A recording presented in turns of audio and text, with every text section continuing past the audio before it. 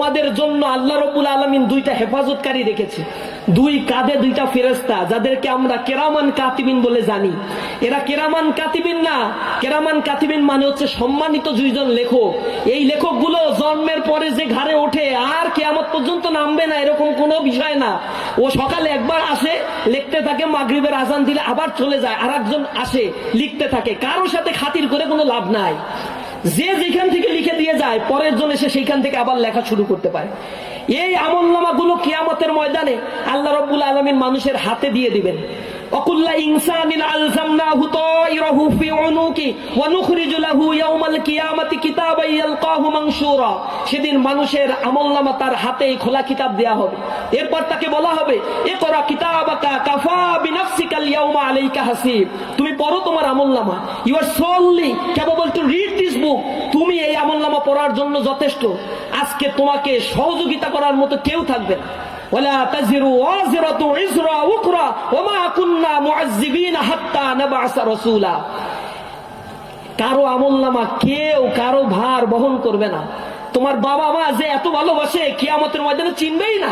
আল্লাহ বলছেন সেদিন এত কঠিন মুহূর্ত হবে, ইয়াউমা ইয়াফিরুল মারউ মিন আকিহি ওয়া উম্মিহি ওয়া আবিহি ওয়া সাহিবাতি ওয়া বানি লিকুল্লি ইমরিইন মিনহুম ইয়াউমা ইযিন শানু ইউগনিহি। সেদিন ভাই ব্রাদার কোনো কাজে লাগবে না, বাবা মা কখনো চিনতে পারবে না, সন্তান তার বাবাকেই চিনবে না। সেদিন ওকালতি করার মতো কেউ থাকবে না। উজুহু ইয়াউমা ইযিন নাইমা। সেদিন কিছু কিছু মানুষের চেহারা হবে আলোক উজ্জ্বল, হাসতে থাকবে। লিসাইহা রাদিয়া ফি জান্নাতিন আলিয়া। সে এত হাস্যোজ্জ্বল থাকবে, আল্লাহ রাব্বুল আলামিন তাকে জান্নাতের সুসংবাদ শোনাবে।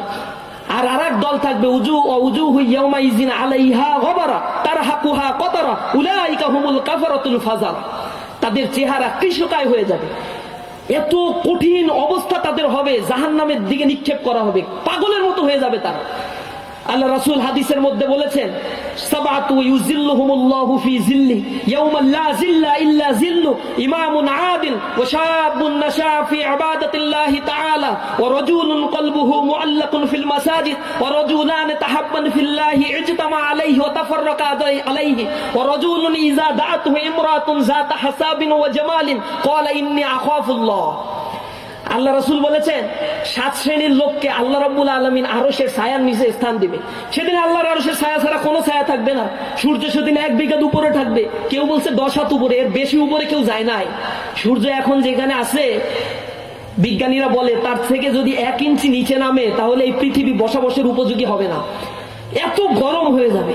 আর যেখানে আছে তার থেকে যদি একটু উপরে উঠে যায়, সে তো একটা নির্দিষ্ট সার্কেলে ঘোরাফেরা করে। সূর্য হচ্ছে সৌরমণ্ডলীকে কেন্দ্র করে এরকম ঘোরাফেরা করছে, সবকিছু প্রত্যেকটা গ্রহ নক্ষত্র ঘুরছে। সূর্য একটা জায়গায় আছে, তাকে কেন্দ্র করে Nova, ANOVA, Uranus, Neptune, Pluto, Vulcan, বৃহস্পতি সবকিছু একটা আরেকটাকে ঘুরছে। This is the solar system.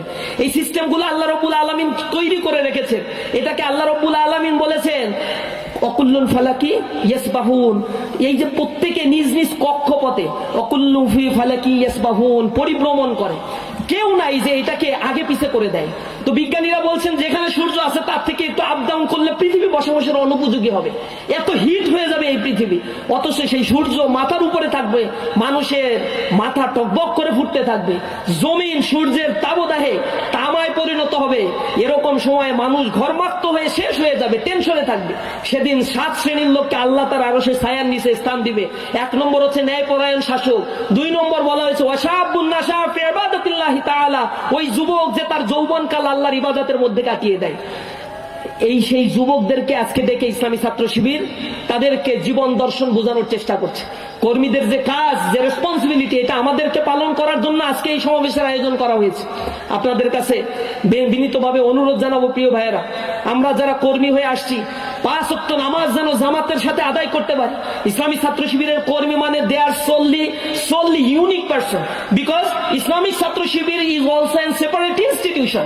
এই ইনস্টিটিউশনে যে আসে তাহলে তাকে শুধুমাত্র স্লোগান শিখানো হয় এমনটি নয়, তাকে শুধু রাজনীতির দর্শন শিখানো হয় এমনটি নয়, রাজনীতি করা, রাজনীতি সচেতন করা একটা ছাত্রকে, এইগুলো আমাদের শত শত হাজার হাজার কাজের ছোট্ট একটা পার্ট। আমরা ছাত্রদেরকে শিখাই একজন ভালো খাঁটি মুসলমান হতে হবে কিভাবে, আমরা ছাত্রকে শিখাই ভালো মেধাবী ছাত্র হতে হবে কিভাবে, আমরা একটা ছাত্রকে শিখাই তুমি পূর্বে তোমার রেজাল্ট যাই হোক না কেন ইসলামী ছাত্র শিবির করেছো, আজকে থেকে তোমার স্টার্ট ফ্রম নাও, এখন থেকে শুরু করতে হবে।